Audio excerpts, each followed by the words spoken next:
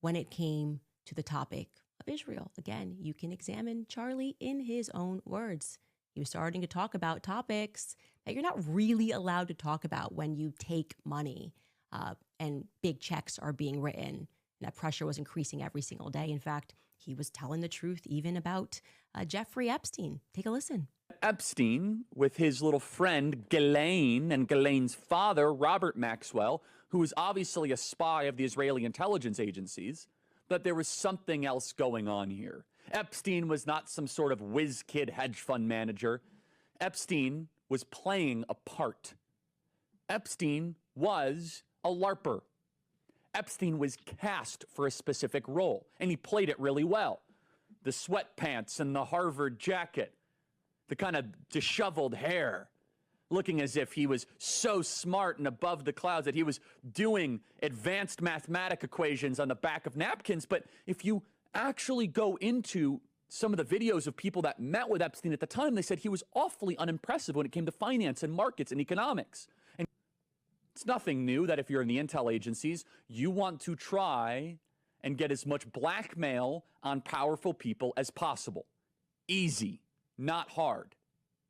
And this is no longer just speculation. First of all, the evidence that shows that Epstein was a creation of either Mossad, Israeli intelligence, American intelligence, Saudi intelligence, or maybe he was just a hired gun. Maybe he was just the guy that countries would go to and park a couple $100 million and say, hey, can you get one of the members of the royal family with a 13-year-old so we can get them to do what we want to do? Members of Congress are actively being blackmailed. The Epstein Playbook is being used on a daily basis.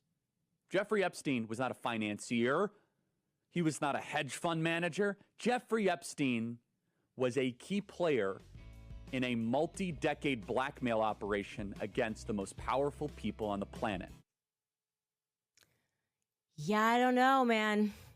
I don't know. It seems to conflict with Bibi's narrative a little bit. Yeah, just a tiny bit.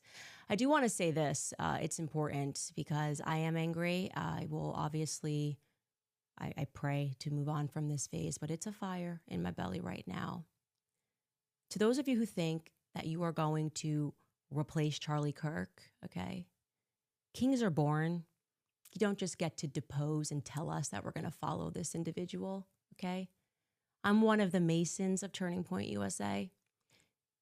You put a shill in Charlie Kirk's chair, in Charlie Kirk's company, and you try to tell us to follow that individual, I will be an enemy of you.